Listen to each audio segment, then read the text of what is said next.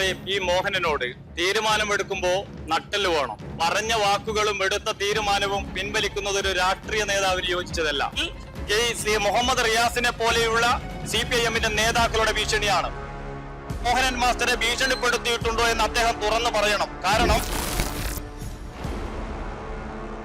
നമസ്കാരം. കേരള രാഷ്ട്രീയം കഴിഞ്ഞ ഏതാനും ദിവസങ്ങളായി മെക്സവന് പിന്നാലെയാണ്. 2 ദിവസം മുമ്പ് CPIM-ന്റെ കോഴിക്കോട് ജില്ലാ സെക്രട്ടറിയായ പി മോഹനനാണ് മെക്സവൻ എന്ന വ്യായാമ കൂട്ടായ്മയ്ക്ക് പിന്നിൽ പോപ്പുലർ ഫ്രണ്ട് ഉൾപ്പെടെയുള്ള തീവ്രവാദ സംഘടനകളുടെ സാന്നിധ്യമുണ്ട് എന്ന് ആരോപിക്കുന്നത്. കേരളത്തിലെ വിവിധങ്ങളായ സംഘടനകൾ പിന്നീട് ഈ വിവാദം ഏറ്റെടുക്കുകയുണ്ടായി. അതിന്റെ ഭാഗമായി വലിയ രീതിയിലുള്ള വാദപ്രതിവാദങ്ങൾ കഴിഞ്ഞ ഏതാനും ദിവസങ്ങളായി കേരളം കണ്ടുകൊണ്ടിരിക്കുകയാണ്. എന്നാൽ തൊട്ടടുത്ത ദിവസം, അതായത് ഇന്നലെ, പി മോഹനൻ തന്റെ അഭിപ്രായത്തിൽ നിന്ന് പിന്നോട്ട് പോയി. താൻ പറഞ്ഞത് മെക്സവന് പിന്നിൽ പോപ്പുലർ ഫ്രണ്ട് ഉൾപ്പെടെയുള്ള തീവ്രവാദ സംഘടനകൾ ഉണ്ട് എന്നല്ല, മറിച്ച് അവർ അതിനകത്ത് ഇടപെടാൻ സാധ്യതയുണ്ട് എന്നൊരു ആരോപണമാണ് താൻ ഉന്നയിച്ചത് എന്നായിരുന്നു അദ്ദേഹം പറഞ്ഞത്. എന്തായിരിക്കാം CPIM-ന്റെ മെക്സവൻ വിവാദത്തിലുള്ള ഈ മലക്കമറച്ചിലിന് പിറകിലെ കാരണം? മറുനാടൻ അന്വേഷിക്കുന്നു. ഇതിനെക്കുറിച്ച് BJP-യുടെ സംസ്ഥാന സെക്രട്ടറിയായ അഡ്വക്കേറ്റ് പ്രകാശ് ബാബു മറുനാടനോട് സംസാരിക്കുന്നു. നമുക്ക് അദ്ദേഹത്തിന്റെ വാക്കുകളിലേക്ക് പോകാം. ചേട്ടാ, ഈ മെക്സവനുമായിട്ടുള്ള വിവാദത്തിൽ CPM വളരെ പെട്ടെന്ന് ഒരു യു ടേൺ അടിച്ചിരിക്കുകയാണ്. ഇതിന്റെ പിറകിലുള്ള കാരണം എന്തായിരിക്കും? എനിക്ക് CPIM-ന്റെ നേതാക്കളോട് പറയാനുള്ളത്, പ്രത്യേകിച്ച് കോഴിക്കോട് ജില്ലാ സെക്രട്ടറി പി മോഹനനോട് തീരുമാനമെടുക്കുമ്പോൾ നട്ടല് വേണം. ഏതെങ്കിലും ഒരു മതഭീകര സംഘടനകളെയോ ജമാഅത്ത് ഇസ്ലാമി പോലുള്ള രാജ്യവിരുദ്ധ ശക്തികളെയോ വോട്ട് ബാങ്കിന് പിന്നിലോ അല്ലെങ്കിൽ ഭയന്നിട്ടോ പറഞ്ഞ വാക്കുകളും എടുത്ത തീരുമാനവും പിൻവലിക്കുന്നത് ഒരു രാഷ്ട്രീയ നേതാവിന് യോജിച്ചതല്ല.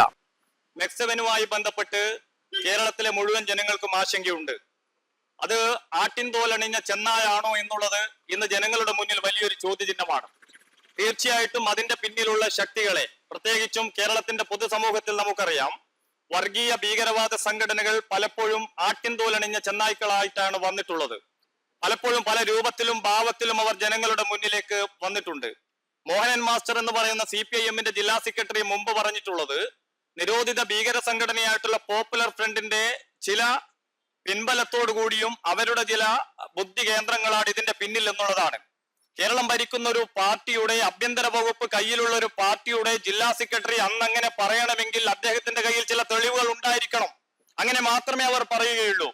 പിന്നീട് അത് മറിച്ചു പറയാനും ആ മുൻ പറഞ്ഞതിൽ നിന്ന് പുറകോട്ട് പോകാനുള്ള കാരണം ഇത്തരത്തിലുള്ള ഭീകരവാദ സംഘടനകളുടെ ഭീഷണിയാണ്.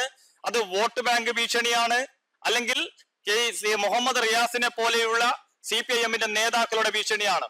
മുഹമ്മദ് റിയാസ് പി മോഹനൻ മാസ്റ്ററെ ഭീഷണിപ്പെടുത്തിയിട്ടുണ്ടോ എന്ന് അദ്ദേഹം തുറന്നു പറയണം. കാരണം പി മുഹമ്മദ് റിയാസിന്റെ പിന്തുണ ഈ മെക്സവൻ ഉണ്ടായിരുന്നു.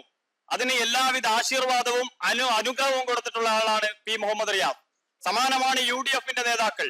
അതുകൊണ്ട് കേരളത്തിന്റെ മണ്ണിൽ ഒളിഞ്ഞും തെളിഞ്ഞും എന്ത് മതഭീകര സംഘടനകൾ നടത്തുന്ന പ്രവർത്തനങ്ങൾ കണ്ടാലും അതിന് വെള്ളപൂശാനും അതിനെ ന്യായീകരിക്കാനുമുള്ള ഇവരുടെ മത്സര ബുദ്ധി കേരളത്തെ ഭയാനകമായിട്ടുള്ള ഒരു സാഹചര്യത്തിലേക്ക് നയിക്കും. തീർച്ചയായിട്ടും മെക്സവനുമായി പൊതുസമൂഹത്തിന് വലിയ ആശങ്കയുണ്ട്.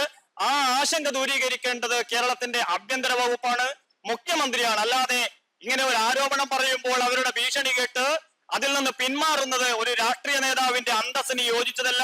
മോഹനൻ മാസ്റ്റർ ഒരു ഭീരുവിനെ പോലെയാണ് ഇക്കാര്യത്തിൽ എടുത്ത നിലപാട്. അത് CPIM-ന്റെ നിലപാടാണോ അല്ലെങ്കിൽ പി എ മുഹമ്മദ് റിയാസിന്റെ ഭീഷണിയാണോ എന്ന് അദ്ദേഹം തുറന്നു പറയണം. മെക്സവനെ കുറിച്ചുള്ള വിവാദങ്ങൾ ആരംഭിക്കുന്നത് തന്നെ CPIM-ന്റെ കോഴിക്കോട് ജില്ലാ സെക്രട്ടറിയായ പി മോഹനൻ മാസ്റ്ററുടെ പരാമർശത്തോടു കൂടിയാണ്.